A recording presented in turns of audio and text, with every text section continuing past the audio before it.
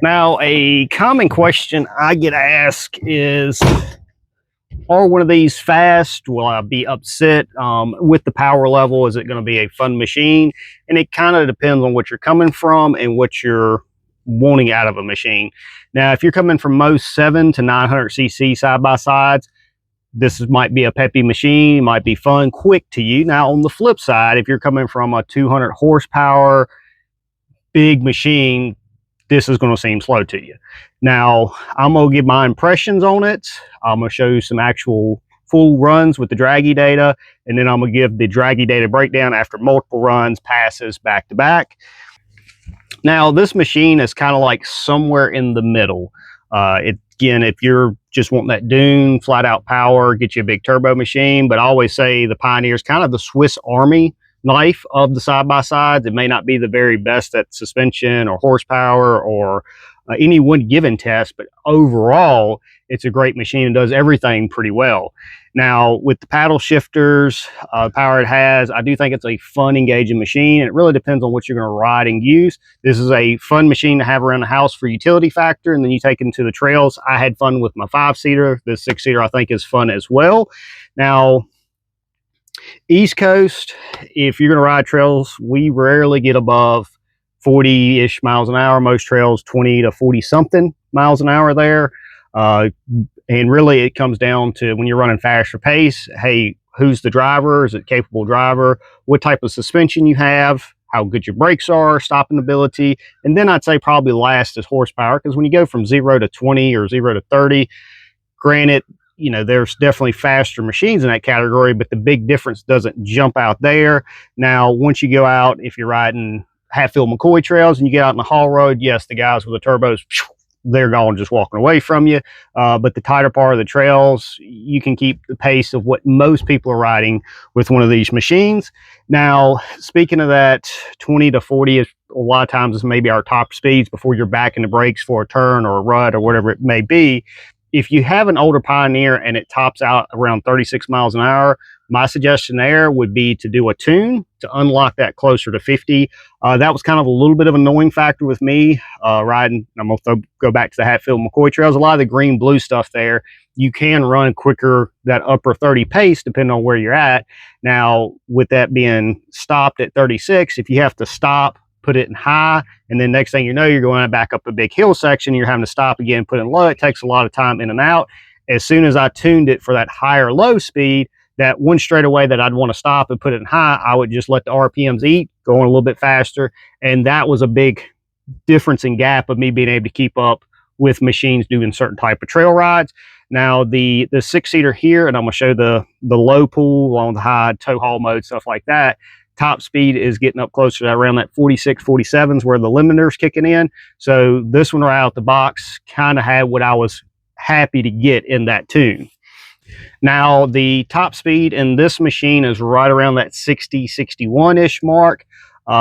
This, compared to the previous or the older generation Pioneers, that's where the older ones would have an advantage, is getting near that 60 mark. It hadn't quite stretched out. It was around 66, 67. So right up near that 60 mile an hour mark, this one's starting to get that max RPM and run out of breath, whereas the other ones felt like it maybe pulled up to 60, that little section, a little bit quicker. Now, this is the 6-seater that I did all the Dragy testing with.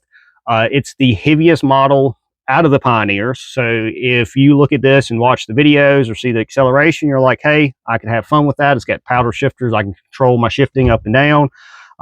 Anything you get in the 5-seater or the 3-seater, as you're dropping that weight, you're going to pick up a little bit of speed too. And speaking of weight, this machine does have a roof, a windshield. Windshields do add some drag resistance. I have noticed that it does slow it down once you start getting that higher speed. And then as you add weight, there is big RV plugs and cords and stuff in the back. I didn't take anything out. This is just how the machine's been sitting around.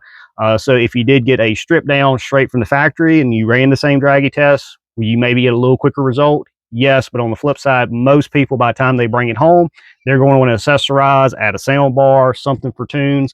They're going to throw some tools and stuff. It's going to be a few things that's going to add some weight, but this is exactly how I ran every one of the Dragy tests through this series.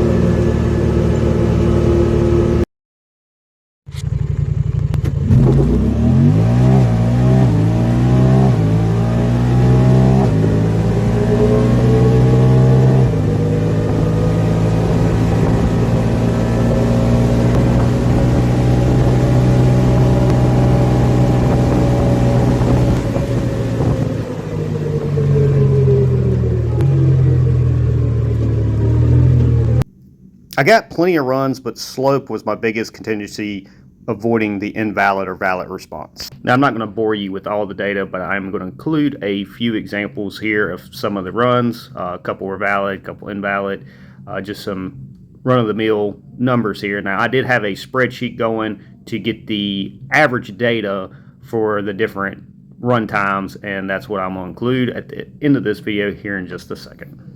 Now that we have ran all the Dragy tests, my elevation here is about 850-ish feet. I don't have the flattest spot of earth to get like a drag strip to go officially run. I was able to get some ballot tests just flat enough, and they do that off the slope. So some of my tests would either be slightly uphill or slightly downhill, but the data, when you went back through and looked at all the data, I've got some fairly consistent numbers. Now today was about 70-ish degrees for all tests. Everything was at 2 bars, up to temperature as far as operational goes. Just regular gas, no tune, nothing special here. Now 60 foot is going to be somewhere in that mid 2-second-ish. 0 to 30 miles an hour, I've seen as low as 3 seconds a couple times. Most runs up to that mid 3-ish second. 1/8 of a mile is somewhere between mid 11s to 12-ish. 53 to 55 miles an hour is pretty consistent with all these runs. Was in turf mode, you know, hit the gas. So maybe one spot it wanted to spin a tire a little bit. Maybe I picked a slightly different starting point. It was a little bit more uphill, downhill, stuff like that. But the data was very consistent as a whole. 1,000 was somewhere between mid 15 seconds to 16-ish and very close to 60 miles an hour across the board. Quarter mile really was starting to run out of room, but even when I could find a spot where I could run that quarter mile out, again, there's no point in just holding it, bouncing it off the red line from that 1,000 where you're at the max top speed to that, but you're going to be somewhere in the 19-ish if you hold it out at 60 miles an hour, if any of those really matter to you. And we also did test tow haul mode. Now, this was the one I was kind of curious to see, like, how much quicker, because it does feel a little bit different if you drive one of the 6-seater and you run tow haul mode and you don't. Now, there wasn't a wide data gap whatsoever. Tow haul might be a touch quicker, but the data overlapped enough it wasn't conclusive. It feels a touch quicker. Now, on the flip side, it did seem like that last little bit of stint hitting that top speed was maybe a little bit slower in tow haul mode, but wasn't a game changer anyway. If it was a back and forth in the throttle like you were running on a trail system, I feel like the tow haul mode is going to keep that next gear locked in, thinking it's towing. So if you're back and forth on the throttle, running tight trails, stuff like that, tow haul probably has a little bit of an advantage. But as far as straight line acceleration, maybe a touch, but nothing data inconclusive where, hey, at 30, it was a quarter second faster at 30 miles an hour, or the 1/8 of a mile really shook up the numbers. Really wasn't the case. But if you have any questions or anything, just let me know.